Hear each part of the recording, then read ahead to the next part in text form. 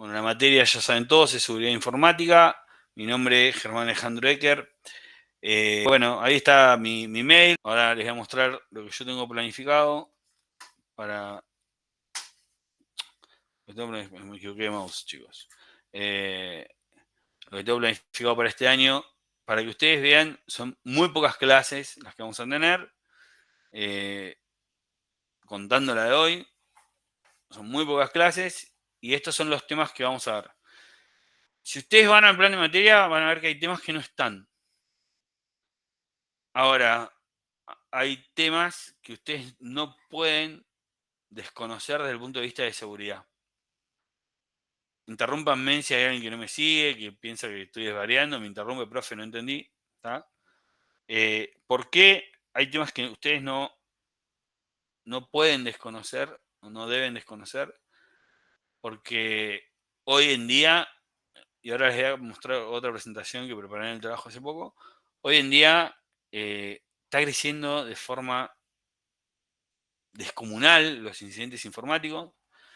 Bueno, Nadia, vos que estás entrando en la industria financiera, o ya estabas, mejor dicho, en la industria financiera, en la visibilidad virtual, y ahora que va a ser banco, son una de las industrias que más sufren los ataques cibernéticos, de diferentes tipos.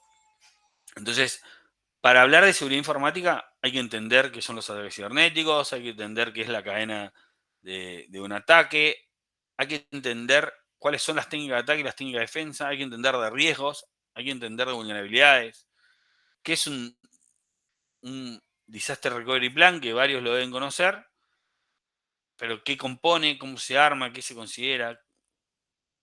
Calculo que varios ya habrán visto cosas de criptografía, otros no. Después tenemos que entender cómo diseñamos un sistema de seguridad a nivel de arquitectura. Por eso vamos a ver qué es la seguridad en capas y qué es la defensa en profundidad. Vamos a ver aspectos de seguridad en base de datos y sistemas operativos. Uno de los equipos donde yo trabajo hace auditoría específicamente de eso. Entonces, como ustedes ya vieron el sistema operativo, vieron base de datos, saben lo que es eso, lo que yo les voy a traer directamente son los puntos que ustedes deben y tienen que revisar y asegurarse en sus sistemas que estén configurados.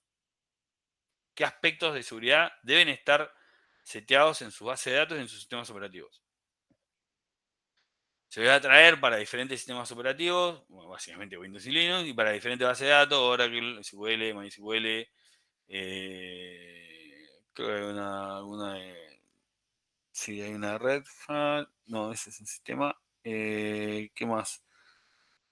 Oracle SQL, MySQL, OpenBash y bueno, hay un par más ahí dando vuelta, que están los modelos de trabajo armados, qué es lo que se revisa, qué es lo que se busca, cuál es el riesgo que se cubre, en fin, eh, todos los aspectos que hacen a las configuraciones de seguridad, y eso sí es más de seguridad informática, que está más a bajo nivel, ¿tá?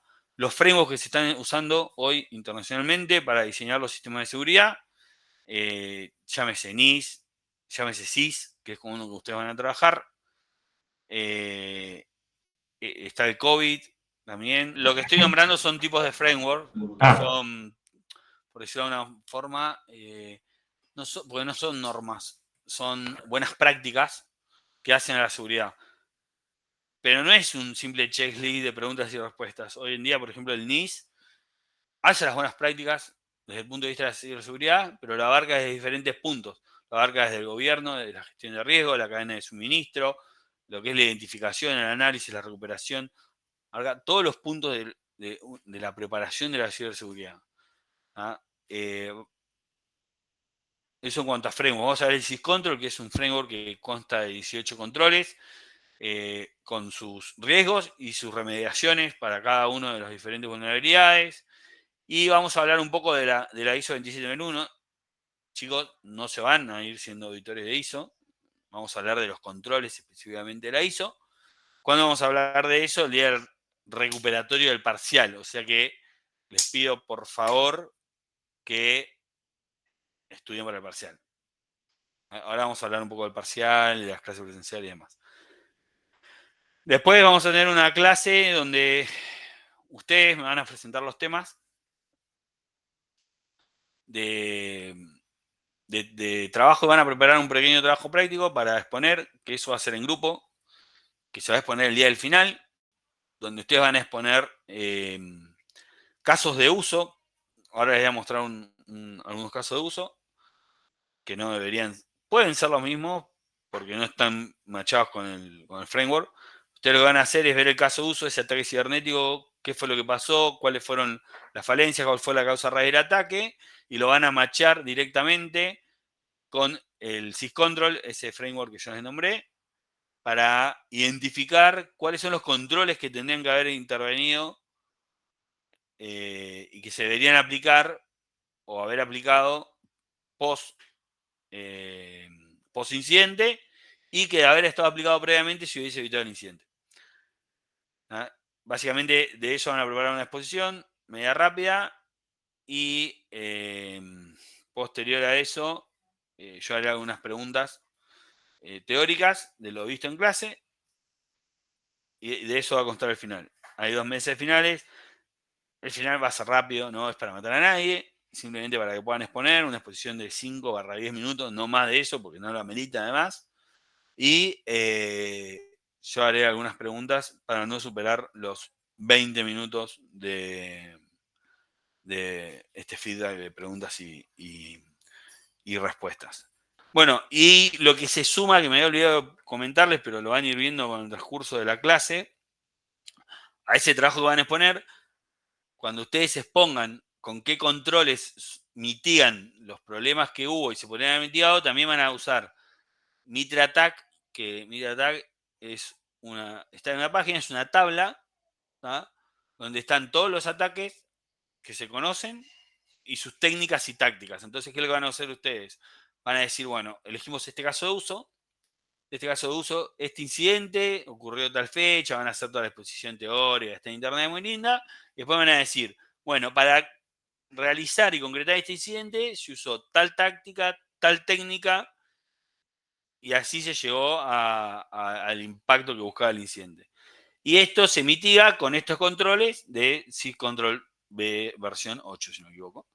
Entonces, es como que hacemos el análisis de lo sucedido y la mitigación, que es la remediación, y cerramos el paquete. Alguien más allá que no conozcan Mitre Attack, que no conozcan el framework de syscontrol, ¿entienden lo que les estoy diciendo? Nosotros hacemos el ataque y nosotros hacemos la defensa, pero tenemos que explicar ambas partes. Pero no van a simularlo, ¿eh? No, pero explicar, aunque sea desde la teoría, qué es lo que se hizo. Claro, exactamente. Lo que vamos a hacer en una de las clases es conocer qué es Mitre Attack. De hecho, les voy a mostrar qué es Mitre Defense también, porque les va a servir. Y ahí van a encontrar los diferentes ataques con las diferentes técnicas. Entonces, llevado a la práctica, digamos, dirán que hubo un ataque de contraseña con tal técnica y tal táctica. Y no vamos a llegar al equipo rojo y azul, Jesús. Eso lo vamos a explicar igual. Con tal técnica y tal táctica, y se mitiga aplicando estos 2 controles o 3 controles del syscontrol. Básicamente es eso. Bien. Igual hay tiempo todavía, lo vamos a ir viendo. Y van a tener 2 clases completas para prepararlo, que les va a sobrar. Les va a sobrar. Y dejé 2 clases, de hecho, para que lo puedan hacer en el horario de la materia, porque entiendo que juntarse fuera del horario de la materia es muy complicado, porque todos trabajan, algunos tienen diferentes responsabilidades, algunos será padre o no, no sé. En mi caso sí, entonces trato de que todo sea en el horario de la materia. Así que bueno, espero que les sirva. Bien, ¿hasta ahí alguna duda? Ninguna. Paso, bueno. Bueno, están todos acá, calculó. En esta. Es la presentación de hoy. Vamos a hacer una cosa. Ya que tienen armado los grupos, lo que estoy pensando es lo siguiente.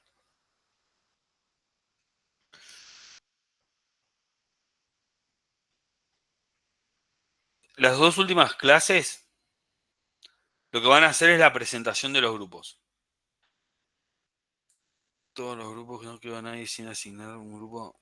Yo calculo que no, y si quedó ahora lo vemos en. Tomé lista, no, a ver, sí, quedó el que está ausente. ¿Qué es lo que vamos a hacer? Van a presentar. Esas dos últimas clases las vamos a repartir. Vamos a hacer un sorteo para que nadie se queje. Ahí está, Rojas.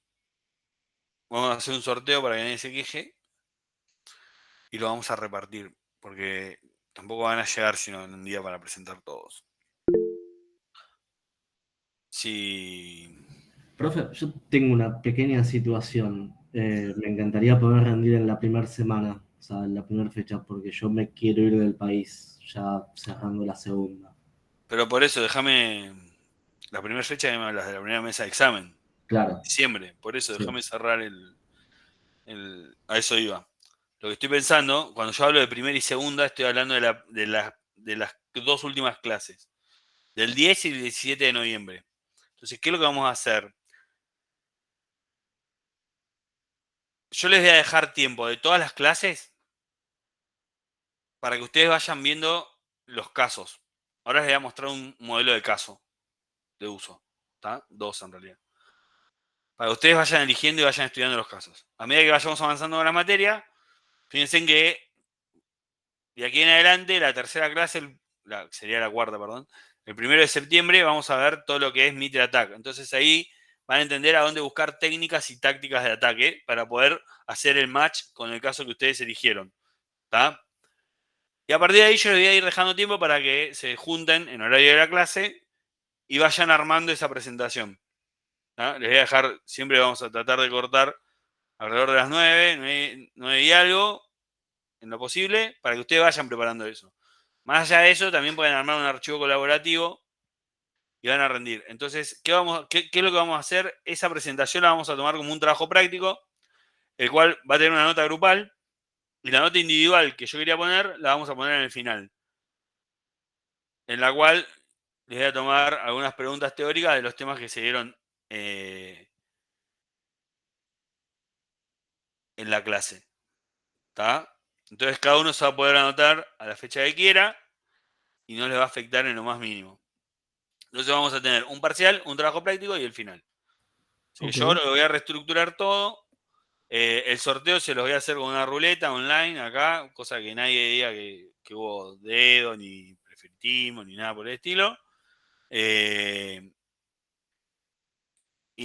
Y van a quedar como vayan cayendo, ¿no? Algunos les va a tocar, hay 5 grupos que van a venir, van a exponer el 10 de noviembre y hay grupos que van a exponer el 17 de noviembre, porque son 10 grupos. Si no, lo otro que podemos hacer es de 7 de la tarde a 10 de la noche, son 3 horas. A 20 minutos cada grupo, en 2 horas hacemos 6, 9. Ay, me está faltando. Bueno, lo que vamos a hacer es empezar 6:30. Un grupo va a tener que empezar 6:30. Y empezamos de temprano. Y todos se exponen el 17, ¿les parece? Que el 17 de noviembre vamos a hacer 18:30 la clase. ¿No tienen Dale, problema? profe. De última, Está si bien, ese profe. día se puede pedir certificado de examen, seguramente en el Sí, grupo sí, lo podamos tomamos ver. como. Lo tomamos como si fuera un examen y si se puede con Perfecto. el certificado, Sí, muchos van a poder tomarse el día, digamos, o salir antes. Profe, yo personalmente preferiría el 10 porque capaz tengo un conflicto el 17 con esa fecha, pero Bueno, listo. ¿Vos en qué grupo estás? Me arreglaste todos los problemas. en el grupo 2, En el grupo 2. Última capaz si lo actividad del podemos dividir 10. un poco. Última actividad del 10 del 11. Que ya lo anoto acá. Vamos a hacer primera actividad. 7 de la tarde exponen ustedes. Y el resto del día. No, vamos a hacer al revés para no matarlos porque te van a odiar a vos. 9 O de si la alguno más, sí, si alguno más quiere exponer. Si alguno más quiere poner, bienvenido sea, pero no pasa nada. 9, 8 y media, sí, de 7 a 8 y media es una hora y media. 20:30 expone tu grupo. No la puteen, por favor. ¿Qué grupo era? El grupo 2, ¿no? Grupo 2, sí. Bueno, listo. Yo le estoy avisando. ¿Te están puteando? Nah, no creo. No. Está bien, está bien. 20:30 expone el grupo 2. Hay buena onda, así que no pasa nada. Sí. Quedan 9 grupos, así que el 11 a 20 minutos cada grupo, en 3 horas los deberíamos matar porque son 3 grupos por hora. ¿Está? Y lo vamos a hacer en el orden ya que estamos, chicos. El 11 empieza el 1, sigue el 3, hasta llegar al 10. ¿Listo? El 17. Así que acá hacemos exposición.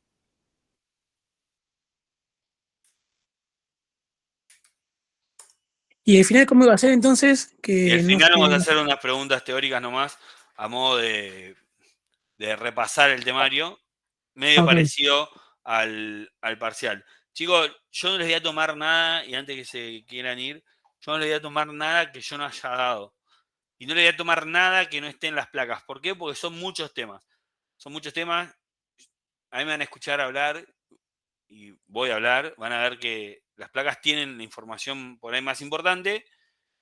Que están en las placas que están escritas, pero después yo lo cuento porque es algo que yo trabajo todos los días, entonces son temas que yo conozco.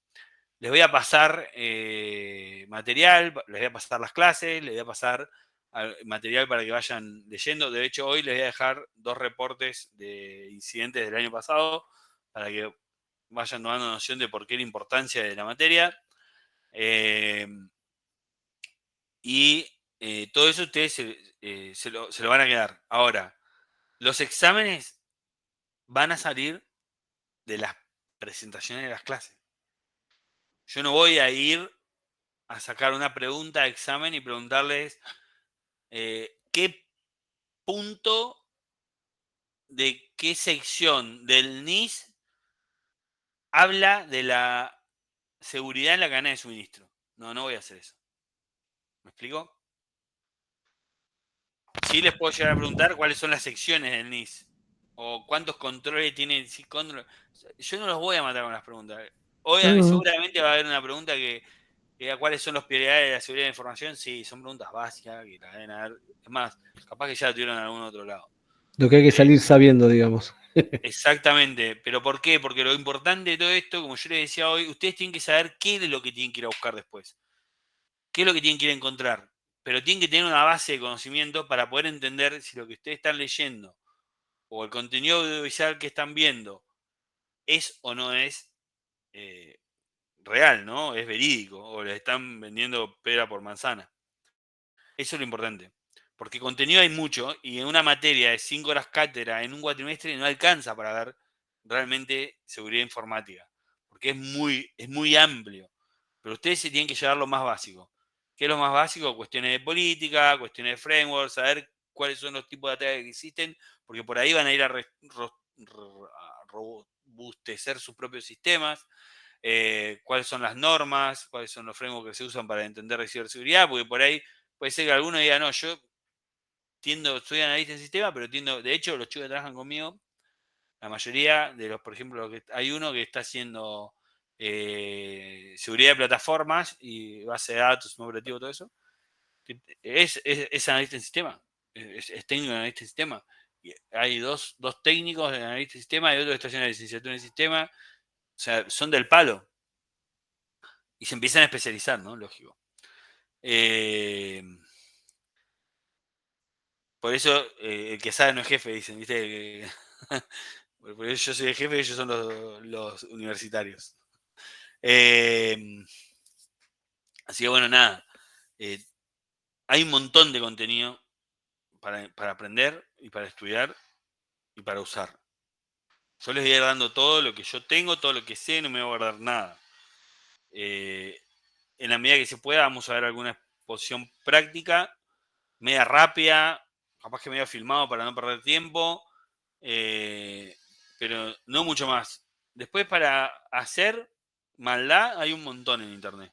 Pero la finalidad de esto no es que ustedes aprendan a hackear un servidor, porque no es la finalidad de la materia. Y se los explico ahora porque me pasó el año pasado que querían hackear servidores web, no sé, base de datos. No es la finalidad de la materia. ¿Se puede hacer? Sí, se puede hacer, pero falta tiempo, lamentablemente. Si llego con el tiempo de la materia y veo que me sobra, les voy a mostrar algo sencillito para que vean por qué la importancia, pero no más que eso, porque no estamos acá para hackear una empresa. Sí vamos a hablar de todas esas cosas. Bueno, esto...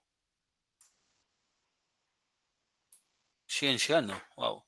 Bueno, se van bajando también. Hoy éramos 49, ahora somos 46, 22. Bien, bueno. Te dirán, ¿y esto qué cuerno es? Bueno, esto para que sepan es cómo crecieron los incidentes en las diferentes industrias del 2023, durante el 2024. Obviamente comparado contra el 2023, ¿no? Pues se hace siempre año vencido. Las fuentes se las traje, ahora se las voy a mandar por acá por el chat, así se las llevan. Si ustedes se fijan, asombrosamente ha crecido en el ámbito de la educación, y alguno dirá, ¿por qué? ¿Qué hay de interés? El problema es que el ámbito de la educación tiene una filosofía muy vieja de quién me va a querer pegar a mí, ¿no? ¿Quién me va a querer atacar a mí? Bueno, hay dos tipos de víctimas, el que fue atacado y el que está por serlo o fue y no se enteró. Esa es una frase muy, muy normal en el ambiente. Y bueno, fíjense en cómo va creciendo. Pero, además, fíjense en todo lo que es ámbitos gubernamentales, en la parte de medicina. Obviamente que la parte tecnológica, chicos, las empresas de tecnología, por lo general, se la pasan sufriendo incidentes. Menores, y no los divulgan, pero se la pasan sufriendo incidentes. Los bancos, ni hablar. Es más, tengo amigos que trabajan en bancos y ellos viven sufriendo incidentes. Pero ¿cuál es la diferencia? Que por lo general las empresas de tecnología, los bancos, las empresas aéreas, todo lo que está relacionado a finanzas, están acostumbrados a eso. Viven en eso. Entonces, ¿qué es lo que hay? Es mayor conciencia. En la propia organización hay un plan de capacitación de lo que es la seguridad, de lo que son los ataques cibernéticos, y eso hace que los ataques efectivos, el número de ataques efectivos disminuya radicalmente en cuanto a su crecimiento. Los ataques siguen estando, o sea, siempre hay gente que está intentando acceder, hay phishing, eso pasa todo el tiempo. La diferencia es que como hay una mayor concientización desde el board de la organización, es decir, de los niveles directivos, y eso baja hacia el resto de la cadena de la compañía, el crecimiento de los incidentes es menor. Bien. Casos de uso. Caso de uso, por ejemplo, acá hay un caso de uso. ¿Qué es WannaCry? WannaCry fue un ataque que se llevó a cabo hace un par de años, en el 2017. Pero WannaCry era una vulnerabilidad que, si bien había sido explotada previamente por una agencia de inteligencia de los Estados Unidos, cuando Microsoft la detecta, saca el parche de seguridad. ¿No? Y ahora lo vamos a ver en la línea de tiempo.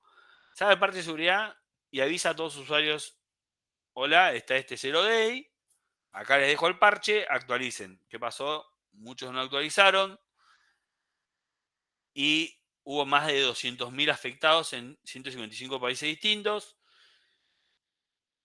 Por lo general, los organismos afectados eran organismos gubernamentales. ¿Qué es lo que tienen estas vulnerabilidades? ¿Saben lo que es un 0day? ¿Alguien sabe lo que es un 0day?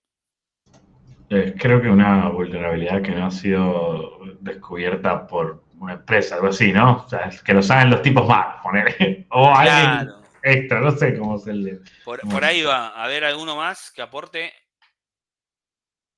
¿Nadie? Suena como al día del inicio de la amenaza, al día que se descubre la amenaza. Claro, eso son las dos definiciones están bien. Una vulnerabilidad de zero day es una amenaza, es una vulnerabilidad no conocida del día cero, es decir, que se descubrió hoy, no se conocía, no tiene nombre, no tiene código y todavía no ha sido explotada, por decirlo de alguna manera.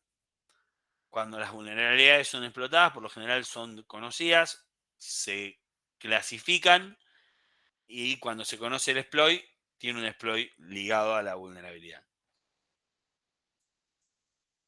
Y a partir de ese momento ya no es más vulnerabilidad de zero day, porque ya se dio a conocer.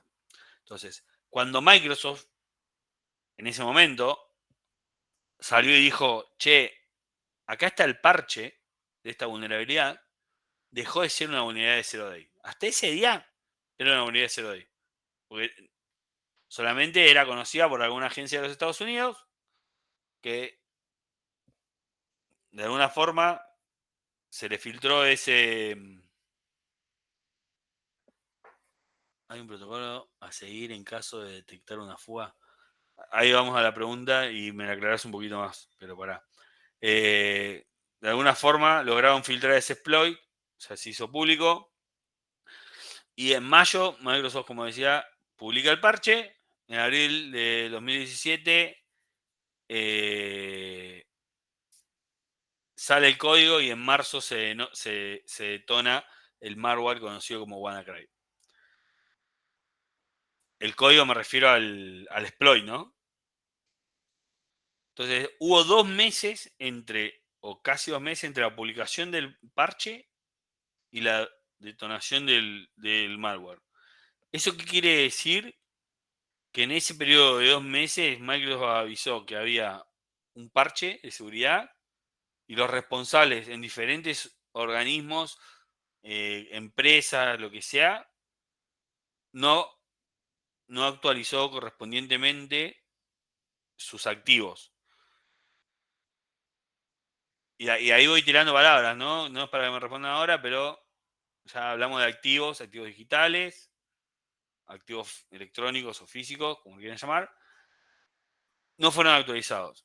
¿Qué pasó? Tampoco fueron escaneados para identificar vulnerabilidades. Por eso no se parcharon oportunamente y terminó en un malware donde se filtraron información, se perdieron datos, hubo sistemas comprometidos, en fin. La pregunta de... ahí voy. Esto está... ¿Hay algún protocolo que seguir en caso de detectar una fuga? Bien, eso en realidad es un plan de respuesta a incidentes. Al momento de detectar una fuga de información, calculo que te referirás, Sebastián. Cada organización, cada organismo arma su propio plan de respuesta a incidente. Entonces, cuando se identifica un incidente y se lo declara, porque no sé, un incidente nace como un evento, que primeramente una alerta en una solución de seguridad, o por un analista, ese evento se determina que es un incidente, se declara el mismo y a partir de ahí se toman las medidas. Por lo general, lo que existe en las empresas es una política que se llama procedimiento de gestión de incidentes o plan de respuesta a incidente, que deberían ser dos cosas distintas porque uno te debería explicar los procedimientos a seguir administrativos y el plan de respuesta a incidentes es toda la parte operativa que se debe hacer para seguir adelante con el incidente, ¿no? Y además existen casos de uso dependiendo de cada uno de los incidentes y demás. Pero a veces puede haber una sola de las políticas que incluya todo en el mismo, en el mismo documento.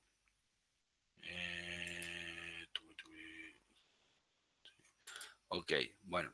Respondí a la pregunta, cualquier cosa levantan la mano, siguen preguntando, no hay problema. Bien. El otro caso, Colonia Purple, era un viaducto en Estados Unidos, creo que era en la costa este, ahora no me acuerdo bien. fue afectado por un ransomware y llevó a que le secuestren 100 gigas de datos de la empresa. Inclusive hizo que esa empresa tenga que hacer abastecimiento utilizando vehículos, ¿no? Transporte terrestre, lo cual no estaba en uso en esas zonas de Estados Unidos. Y también, bueno, acá lo que sucedió fue por exposición de credenciales, credenciales de usuarios que se encontraban expuestas, pudieron entrar al sistema de facturación, pudieron afectar base de datos y pudieron afectar inclusive el sistema de abastecimiento y secuestrar datos de esa compañía. Es una compañía que a través de sus oleoductos abastecía diferentes estaciones de servicios, aeropuertos, en fin, el impacto fue gigantesco. Ahí está toda el oleoducto afectado. ¿Tá? Bueno, y es lo mismo. ¿Cómo sucede este incidente? Este incidente sucede por falta de concientización de los usuarios y por falta de controles. ¿Por qué por falta de controles? Porque los que trabajan en el sistema van a entenderme más, pero en las empresas existe algo que se llama reválida de usuarios, ¿no? Si alguno lo conoce, lo sabe y cuenta un poco de qué se trata, si no, no, bueno. Por lo general, mínimo una vez al año, que para mí es muy poco, es casi lo mismo que nada, se debería hacer una reválida de usuarios. ¿Qué se hace en una reválida de usuarios? Se compara la planta permanente con los usuarios, IDs y password existentes. Ahora, no es solamente comparar que ese empleado siga existiendo. Además de la reválida, se hace un control de contraseñas y de ahí. Si a un usuario no se lo ve hace un montón de tiempo, hay un motivo, hay un porqué. Ese hombre puede estar con licencia por enfermedad después de 6 meses y estar en la casa después de un año. Y seguramente, por política de seguridad de la empresa, esas credenciales son viejas. Entonces, no solamente fallan en el control de reválida, sino que fallan en las políticas de seguridad de vida o de las credenciales y de los ID, porque supuestamente cuando un usuario, después de determinado tiempo, se deja de usar, ese usuario se debería dar de baja o mínimamente ser bloqueado. O mínimamente ser bloqueado. ¿Por qué digo mínimamente ser bloqueado? Porque hay veces que a algunas empresas les pasa, y esto ya yendo a la vida real, y saliendo de las buenas prácticas, que levantan perfiles, entonces, y los asocian a usuarios. Entonces, para no dar de baja ese perfil, lo que hacen después es cambiar el nombre de usuario y mantienen ese perfil. Entonces no lo dan de baja. ¿Me explico? Porque tienen sistemas un poco viejos, por diferentes motivos, no lo dan de baja. Y le digo de verdad, me pasa, voy a veces, che, pero este usuario, no, bueno, lo que pasa es que este sistema, si damos de baja al usuario, cuando demos de alta a otro, hay que armar un perfil nuevo, un millón de excusas. Pero por lo menos lo bloquean. Y esto de la exposición de credenciales pasa y pasa mucho, no solamente le pasó a Estados Unidos, hubo casos en nuestro país el año pasado, alguna empresa que también tenía sus credenciales expuestas y lograron acceder a la empresa, no directamente la empresa, sino un tercero. Por eso hoy hablaba yo de la cadena de suministro. La empresa tenía un servicio contable terciarizado y le daba usuarios a los empleados de ese estudio. Uno de los usuarios se había ido, la contraseña quedó en desuso, pero resulta ser que estaba expuesta, que se había filtrado la contraseña. Obviamente, seguramente se filtró porque la persona la dejó filtrar o porque sufrió un ataque de ingeniería social a través de un phishing o lo que sea, se filtró la contraseña. Accedieron al sistema y accedieron a una cuenta crítica de la compañía. Tuvo un impacto, no llegó a ser mayor porque se detectó el acceso y estaban accediendo de otro país, entonces llamó la atención el origen de la conexión y lo bloquearon, ¿no? Pero el ataque existió. Entonces, ¿a qué voy con esto? Vamos a ver diferentes tipos de ataques cibernéticos, ataques de fuerza bruta, suplantación de identidades, vamos a ver malware, que es uno de los más usados, vamos a ver man in the middle. Hay un montón de ataques cibernéticos distintos. La mayoría de los problemas son concientización, el usuario y sistemas desactualizados. Y van a ver que la mayoría de las contramedidas de los diferentes ataques son más o menos son las mismas. ¿Tá? Bien, hoy habíamos hablado de un poco de los de las estadísticas que yo les había mostrado. Y acá hacen una comparación de la efectividad de los ataques a lo largo de los años. La cantidad total de ataques, cuántos fueron eficaces en el 2026, desde el 2006 hasta el 2025. Si ustedes se fijan, hay una tendencia a mantener que a lo largo del año diferentes organizaciones sufren experiencias de ataque cibernético con un porcentaje bastante, yo diría, elevado de ataque satisfactorio, ¿no? En diferentes países del mundo. Yo ahora les voy a pasar la fuente de los reportes.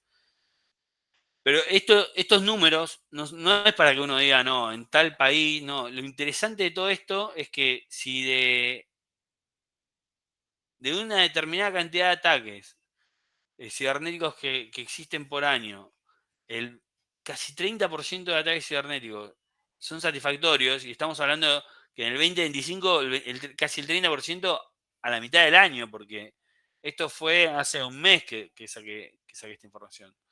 Entonces, es un montón. Y siempre el problema cae en lo mismo. Cae en lo mismo. Y cuando lo vamos a desglosar por países, vemos cuáles son los países más afectados por ataques cibernéticos. Hay un patrón por ahí, si se quiere, entre grandes potencias, países que están en crecimiento, y la ubicación geográfica, pero en fin, el número de ataques cibernéticos crece, los sistemas comprometidos crecen a lo largo del año, y lo que más se ve es que en las organizaciones más pequeñas, los ataques que llegan a comprometer sistemas empiezan a crecer hasta que cuando las empresas son muy grandes empiezan a crecer. ¿Y por qué pasa eso? Porque es lo mismo que les decía hoy en los bancos, en las empresas de tecnología. El tamaño, la envergadura de la empresa hace que se le empiece a dar mayor importancia porque las pérdidas son más grandes. Y cuando hablamos de pérdidas, estamos hablando de pérdidas económicas, no solamente de la pérdida de los datos. ¿Tá? Así que bueno, básicamente esto es algo medio rápido que les quise traer para que ustedes lo puedan mirar, que lo veamos por arriba.